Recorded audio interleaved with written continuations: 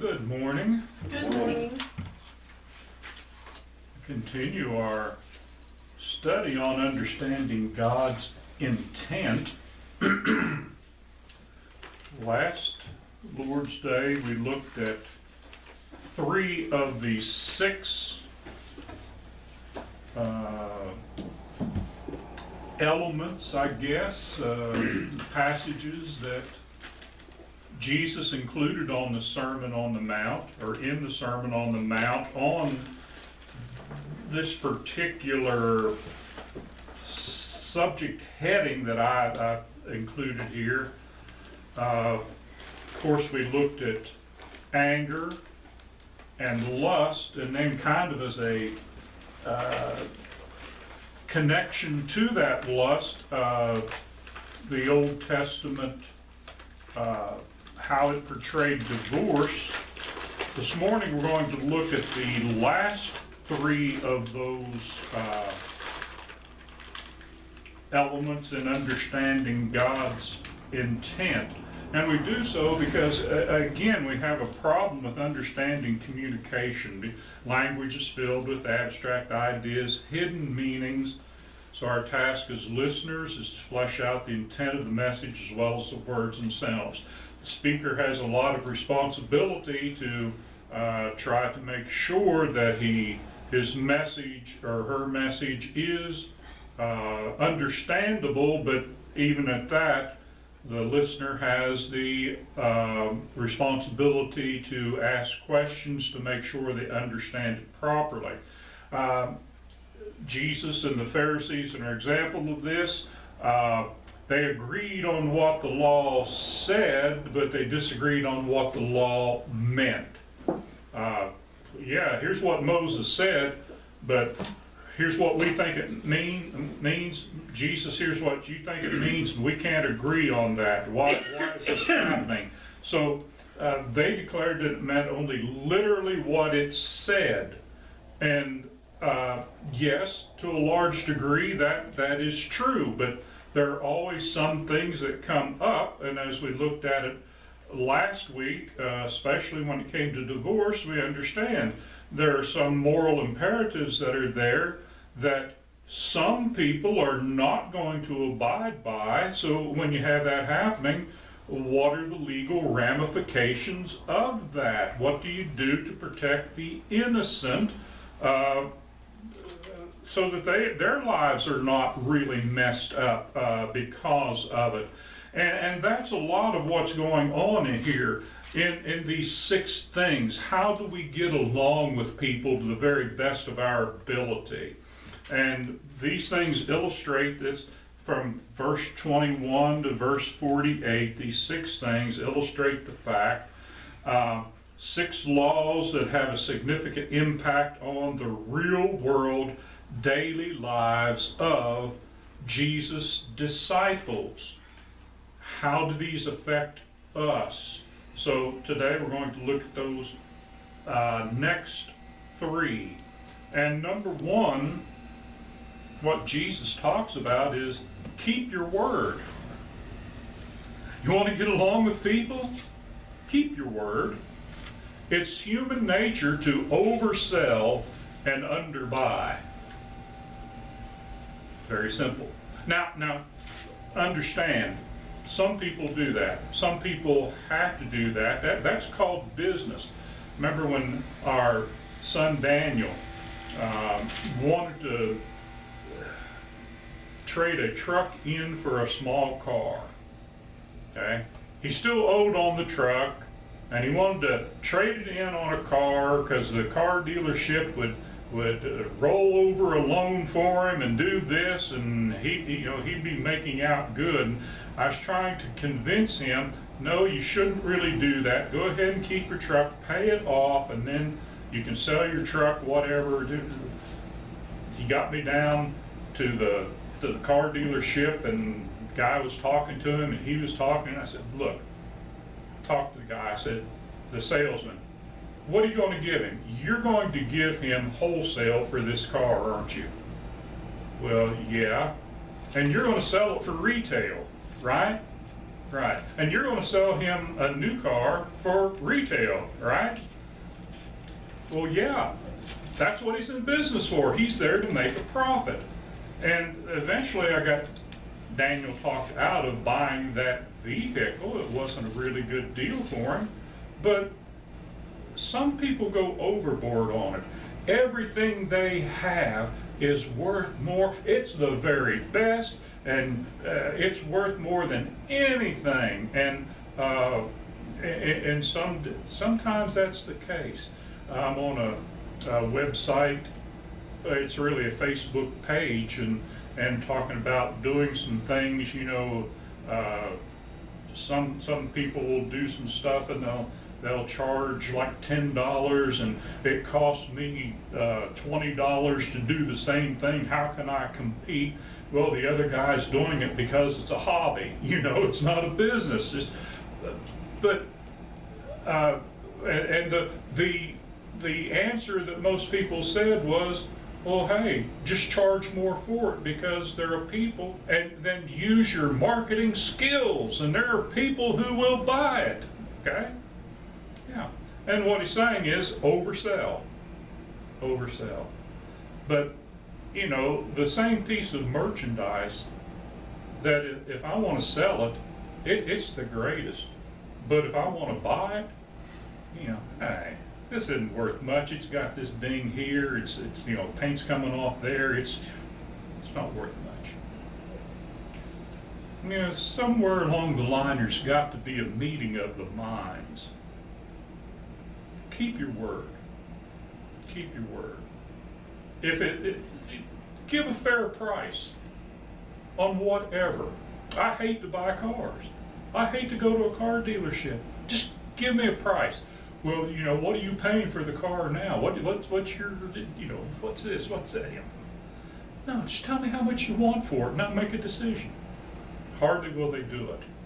Well, anyway, Matthew chapter 5, verse 33 through 37.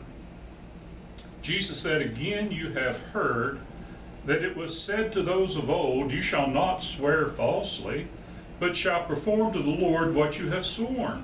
But I say to you, do not take an oath at all, either by heaven, for it is the throne of God, or by earth, for it is his footstool, or by Jerusalem, for it is the city of the great king. And do not take an oath by your head, for you cannot make one hair white or black.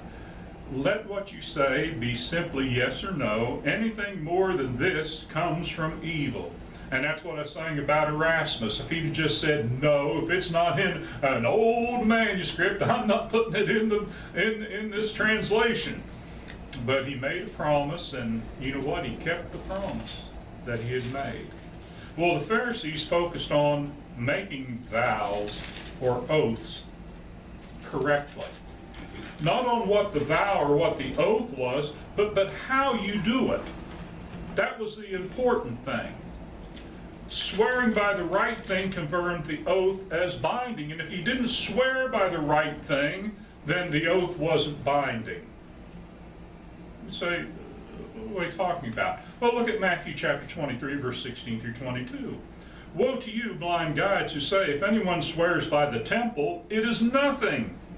But if anyone swears by the gold of the temple, he is bound by his oath.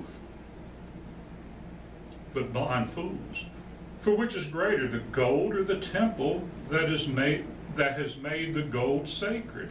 And you say, if anyone swears by the altar, it is nothing. But if anyone swears by the gift that is on the altar, he is bound by his oath. You blind men, for which is greater, the gift or the altar that makes the gift sacred? So whoever swears by the altar swears by it and everything on it. And whoever swears by the temple swears by it and by him who dwells in it. And whoever swears by heaven swears by the throne of God and by him who sits upon it." So, you know, there's that used car salesman, you know, back in Jerusalem, you know, back about AD 30. "Oh yeah, I swear by the temple that this car was just driven by a little old lady and only on Sunday to go to the temple and back home again." Yeah. "Oh, well, that must be a good car. I'll buy it." But I didn't say to go to the temple, so that means I cheated, you know. And that's the concept that they had. You swear by the manner, the way that the oath or the promise was made, not by what was said. It's like, you know, kids, you know, they'll say, well, I promised to do something, but then they got their fingers crossed behind them, so that it doesn't matter, you know. You watch some of the legal shows, and, you know, Judge Marilyn, you know, her famous saying was, well, no, that wasn't hers. It's various ones. Hers was, you know, I wouldn't believe you if your tongue was notarized. But the other ones, you know, a verbal contract is only as good as the paper it's written on. Get it in writing, you know. But a person could legally lie and steal if they were imaginative enough. I swore by the temple. I didn't swear by the gold of the temple. If I swore by the gold of the temple, then I would be wrong. Now, legally, that person would be wrong. But you know what? Morally, they were wrong. And that's what Jesus was getting at here. A person legally lying. No, we seem to have a lot of that going on today in our nation. Oh, yeah, I lied, but, you know, there's no consequences to it. Jesus wants his disciples to be so devoted to doing what they promised that an oath is not necessary. See, Jesus says, you know, don't swear at all. You know, don't take an oath at all. But Jesus answered an oath at his trial in Matthew chapter 26, verse 63 and 64. I adjure you to tell us. And he answered. Yeah, he was put under oath and he answered. So it was not for the lies and trivial garbage of the accusers that he answered under oath. It was for the truth as he stood before God and men. Now, evil, dishonest people use oaths falsely. They forswear their oaths. I promise this. I swear this. I swear on a stack of Bibles. You've heard people say that. I swear on my... I heard a good one there. A guy said something. You told me this.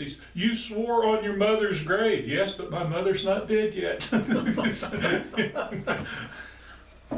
Honest people of high integrity do what they say they will do, with the only exception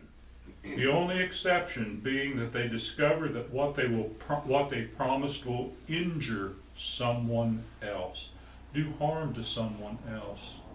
You know, somebody says, hey, let's go do this, you help me out with this. And you say, yeah, you promise you'll help me? Yeah, I promise I'll help you. And you go and then you find out, well, this is going to hurt somebody else, you know, either physically or financially, in some way hurt them. You say, wait a minute, I'm not, but you promised. Well, I didn't know that. And that's the moral way to handle such a thing as that. But that would be the only exception for not keeping our oaths, if it would hurt somebody. So, yeah, Jesus says, keep your word, keep your promises, keep your oaths. Secondly, Jesus talks about retaliation. And why does he talk about retaliation? Because it's human nature to want to hurt those who hurt you. Bingo. Yeah, Cain and Abel, right?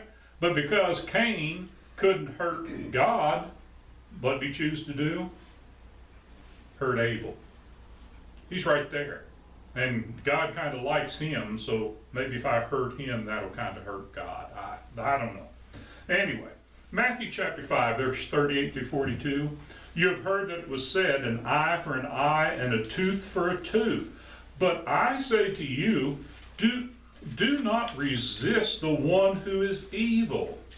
But if anyone slaps you on the right cheek, turn to him the other also. And if anyone would sue you and take your tunic, let him have your cloak as well.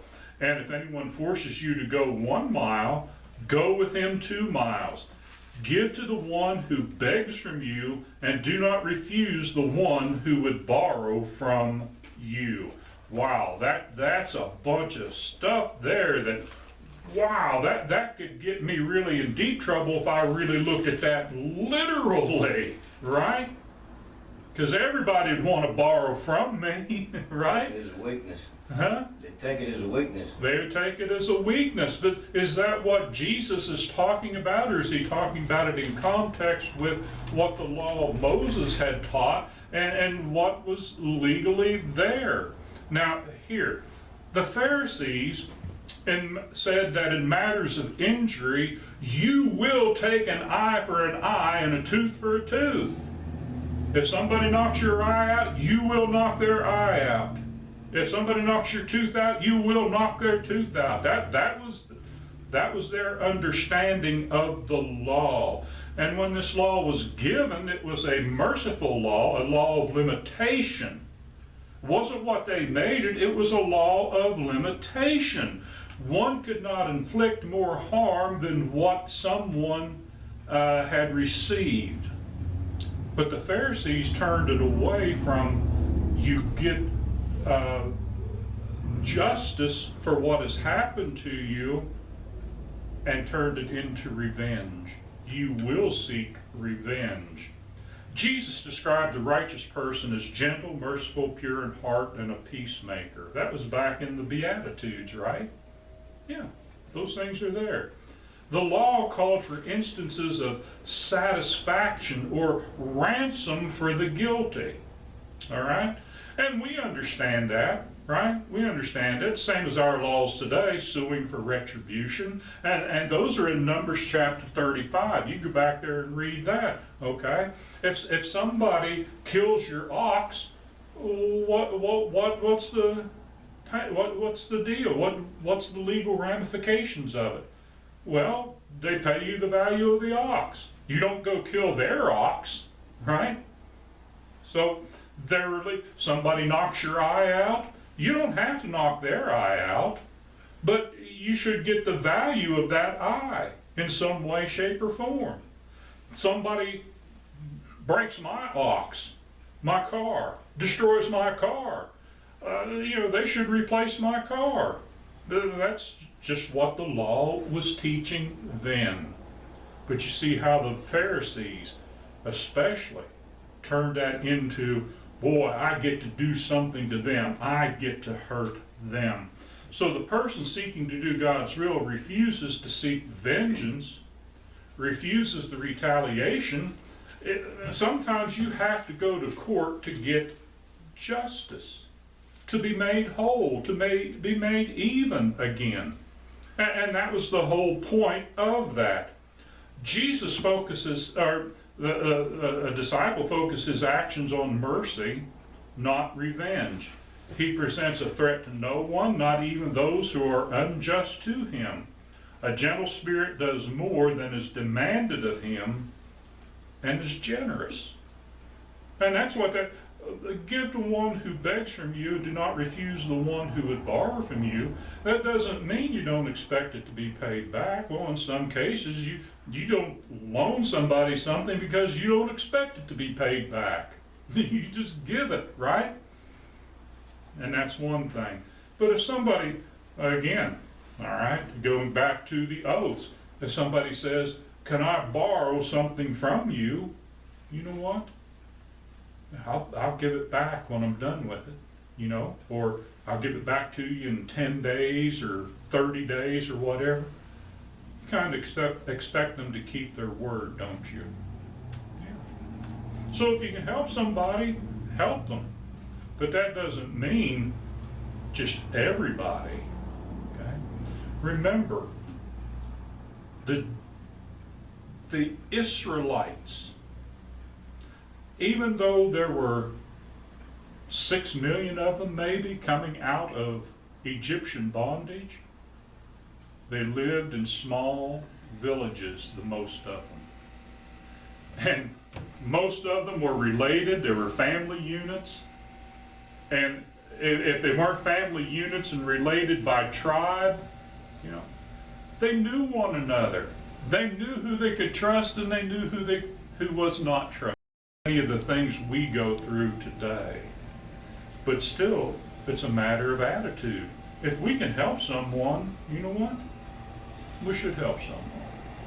But again, that retaliation aspect of it, it's not to hurt someone that we might even go to court, sue someone.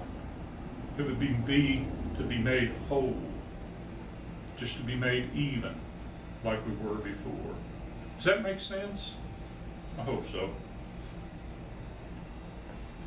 The last one that Jesus talks about is prejudice. Prejudice. And why is prejudice so important? It's human nature to create binary structures like friend and enemy. Friend and enemy. We kind of do that early, don't we? We learn to do that in the school systems, I think. Okay? Your school is your friend. Okay? That other school that you play football against, basketball against, baseball against, run track against, that's your enemy. Okay? Now, we try to teach sportsmanship, but still, that's your enemy. And you go to some of these cities, you can even go to Amarillo, and boy, when it comes football season, there's some pretty nasty stuff that goes on between the schools. Yeah, when it comes, they're going to play each other in football. So, yeah, we recreate binary structures like friend and enemy. So, Jesus says, Matthew chapter 5, verse 43 through 48, you have heard that it was said, you shall love your neighbor and hate your enemy. Now you heard that that was what was said. But I say to you, love your enemies and pray for those who persecute you, so that you may be sons of your Father who is in heaven. For he makes his sun rise on the evil and on the good, and sends rain on the just and the unjust. For if you love those who love you, what reward do you have? Do not even the tax collectors do the same? Now remember, Jesus doesn't have anything against tax collectors, per se. He had tax collectors following him. Even one was an apostle, right? But he's putting that in the vernacular for them to understand. Verse 47, and if you greet only your brothers, what more are you doing than others? Do not even the Gentiles do the same? You therefore must be perfect or complete as your heavenly Father is perfect or complete. So, love your neighbor is clearly taught in the law, right? Clearly. You're to love your neighbor. Leviticus chapter 19, verse 17 and 18. You shall not hate your brother in your heart, but you shall reason frankly with your neighbor, lest you incur sin because of him. You shall not take vengeance or bear a grudge against the sons of your own people, but you shall love your neighbor as yourself. I am the Lord. So, that's the emphasis of the commandment there. You love your neighbor. Nowhere does the Old Testament teach it's permissible to hate your enemy. It doesn't say hate your enemy. In fact, it tells us opposite. The Pharisees defined the neighbor to exclude certain peoples, making a distinction between neighbor and enemy. There's that binary decision.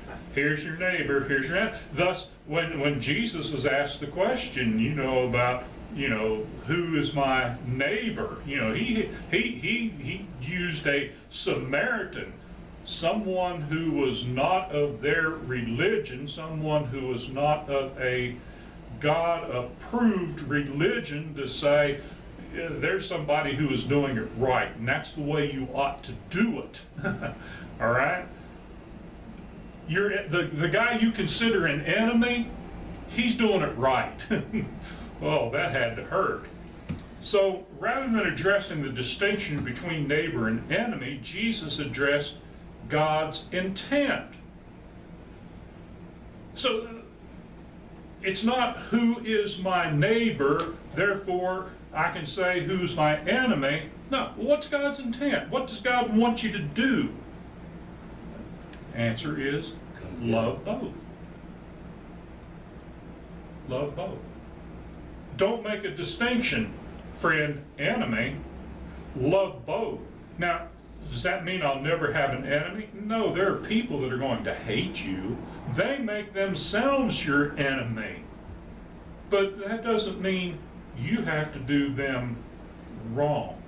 Now, there are distinctions, there are things that have to be drawn out of here, all right? Self-defense.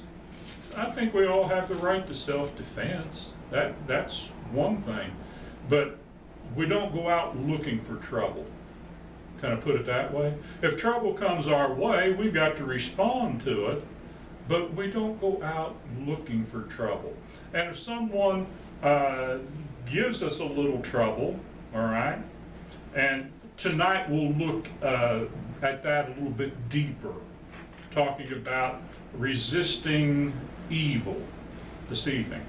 But Jesus gives us two reasons, two meaningful reasons for loving both, right? Friends and enemies. Number one, that's what God does. He sends the rain on what? The evil and the good, right? He makes the sun rise on the evil and the good, and he sends the rain on the just and the unjust. That's what God does, right? Second meaningful reason, if you don't, you're doing nothing more than the people of the world. And we live above that standard, don't we? We don't lower ourselves, or shouldn't lower ourselves, to the standards of the world. Amen. I think that's the intent that Jesus is trying to get across to us in a lot of these things. So, in all these contrasts that we've looked at, exists one common theme. Understanding God's intent will always affect the way that we treat other people. We must always seek to understand God's intent in what He has said and never stop learning how to treat people as God intends for a righteous person to treat others, to treat them. And that's the lesson for today. Amen. Straight from Sermon on the Mount. Thank you for your time and attention. The lesson is yours. If you have a need, please let your request be made known as we stand and sing the